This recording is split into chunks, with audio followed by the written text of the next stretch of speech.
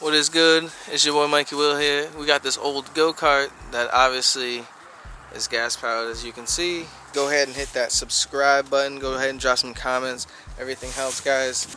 And I want to turn this thing into a utility cart using some steel, you know? Maybe put some other stuff in and make it really dope. But so first things first, we are going to take a lot of these parts off this thing and make a custom frame for this thing. First thing on the list, gotta clean up the metal. Some of this metal has a lot of surface rust, so you want to use a little bit of those blend wheels, or whatever they're called, and they do a pretty good job. So, and from here, you want to cut the metal to your desired length. For me, it was around 44 inches wide by 80 inches length. So this is like a big unit, you know. I wanted something that like more than one person could fit in. This wasn't necessarily something that I wanted to go fast in. This is something that like I wanted the opportunity to be able to build something that, like, let's say it could be a camper, it could be anything hauling stuff around your yard or whatever. I just needed something that was different, and I had a lot of space. But these little go-karts were not it. So obviously you have to start from the ground up, and sometimes that's how it is. That's part of the game. So sometimes you gotta take your childhood go-kart from 2008, cut it up, and turn it into something else, because it's just sitting in collecting leaves and dust and rust, you know, and really realistically just space. But this was a cool little project. It's obviously still a work in progress, but it took a lot. As you guys can see, there's a lot of days that's involved in this. There's daytime, nighttime, everything. I just spent a lot of time. I actually sprained my ankle, so I was down for a little bit. So we got this piece on, and now we're working up, squaring up these guys with these little squares. Yeah, so you guys are going to see a lot of welding, a lot of just measuring and stuff. And some of the stuff's not even like on camera. The double takes, the triple takes. Just like that. Welded those up. And I'm not doing so bad. And now it's time to get cracking on the go-kart. Let's jack it up a little bit. Let's take off all the old parts, like the band brake. Gotta cut off the cable wire, and boom, we could just undo the bolts in the bottom, take it off. And you gotta take off the foot brake and the gas pedal, cut off the main positive wire for the what's it called, the little switch to turn the go-kart off. We're taking the wheels off, disassembling everything, because we're using all of the frame material. I needed all the metal I can get, and also this metal was very lightweight, made everything a lot easier to handle versus that huge square tubing.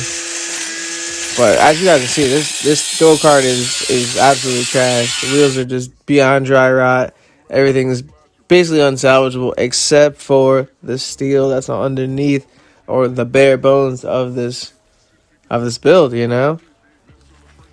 And we're actually using the steering wheel and everything, the whole front end from the go-kart itself.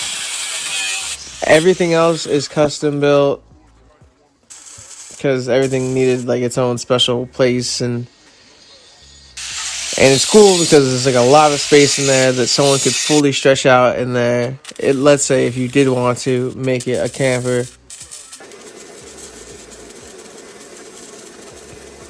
But yeah, door hinge for the rear door, make it kind of like a toy hauler, but obviously not for real toys, for small ones.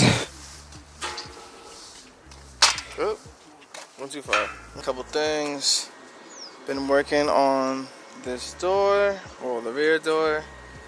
Still a little bit of debris up in there I gotta clean out, and obviously have to trim that down. Not bad. We just have to go back and retouch up all the welds and stuff like that, but I just want to get this project rolling.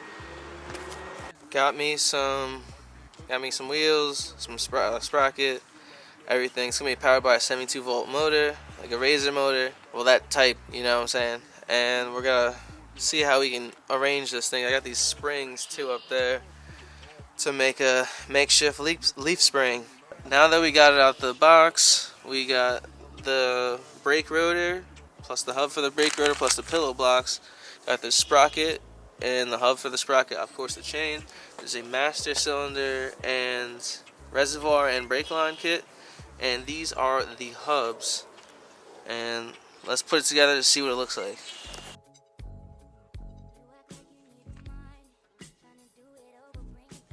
Yeah, so you start with these things first. You gotta loosen up these little black little things with the, what's it called?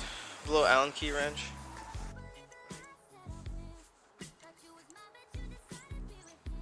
Sprocket.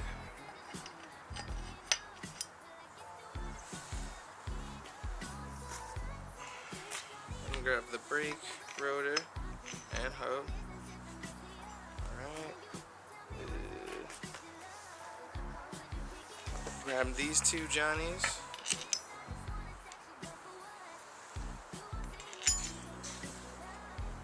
Alright, from here, hit the hub on. Hub is on. I thought I was recording, but I wasn't. Alright, so what we did after that was put the wheels on. Oh, did I lose a screw already? Alright, screw fell out already, whatever. Put the screws in both sides, and you put this like, I forgot what this big bolt and then you just put the cotter pin through it, and also flip these around. These are dust covered.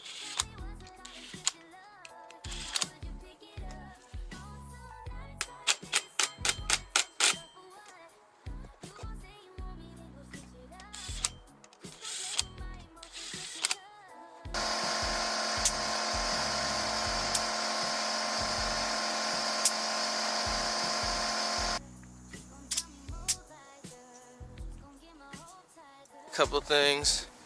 Made this little axle with the springs on it. They are, I think, like 4-inch springs, each supporting around 400 something pounds a piece. And as you guys can see, I welded up little tabs so they can mount up to those tabs down there, and then from there we have to put that bar across and weld up these tabs. And in the meantime, I have to jack the whole thing up off the ground so I can make sure it's good.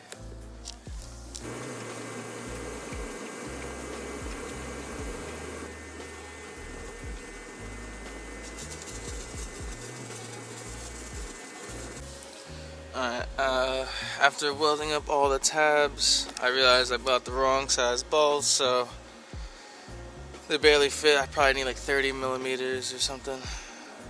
But that's how she's looking. Yeah, guys. I hope you enjoy what you're seeing. We got more content coming soon. Make sure you guys hit that subscribe, like, and comment. Everything helps. Peace.